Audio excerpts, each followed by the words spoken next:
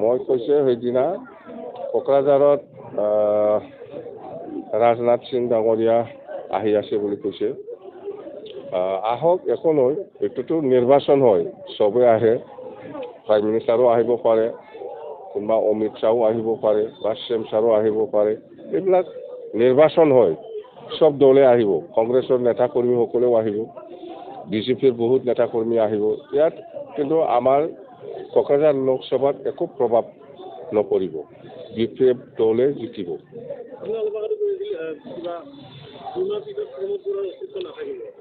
নাথাকিবতো 2 মাহ পিছত, 2 মাহ মানে ৰিজাল্টৰ পিছত 4 জুনত ৰিজাল্ট হ'ব, MP ৰিজাল্ট। এই MP ৰিজাল্টৰ পিছতে প্ৰমোদ বড়ো নাইকিয়া হৈ যাব, বিজেপি আৰু UPPৰ ফাটাফাটি হ'ব। আপোনালোকেহে জানে, পাব্লিকে জানে, আপোনালোকে জানিব কাৰণ কি আছে মই নাজানো। পাব্লিকে ইয়াক তথ্যটো দি আছে, প্ৰমোদ বড়োৱে যি ধৰণৰ কাম কৰি আছে।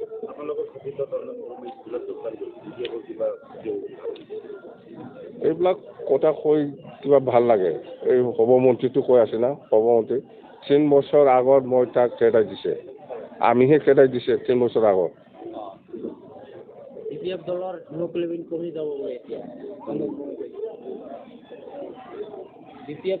চাম্বা এইবিলাকৰ কথা নুসুধি, 3 বছৰ আগত খেদাই দিছে বুলি কৈছো মই।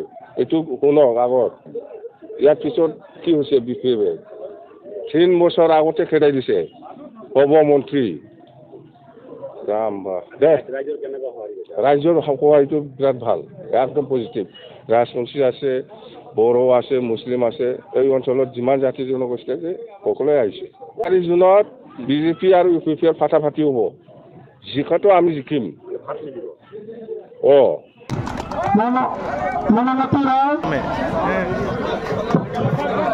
জয়ফুল খাতুন, মেহেৰজান, জয়ফুল খাতুন, মেহৰ আলী, তেখেতসকলে গোটেইখিনি UPPৰ দলত আছিল, আজি BPF-ত যোগদান হ'লে।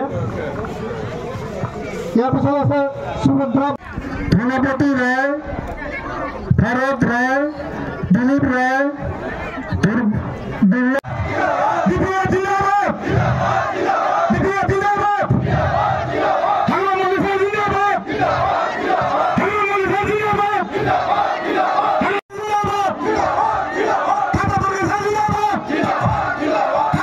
আমি কৈছো এইবাৰ BPF-এ সকলো জাতি জনগোষ্ঠীৰ সহায় লৈ পেলাই আমি যেনেকৈ হ'লেও BPF-ক জিকাব, এইটো মই আশা কৰিছো।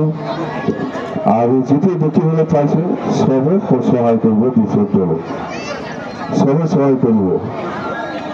আৰু আমি সকলো জাতি জনগোষ্ঠীৰ এটা শ্বেয়াৰ বনাইছে,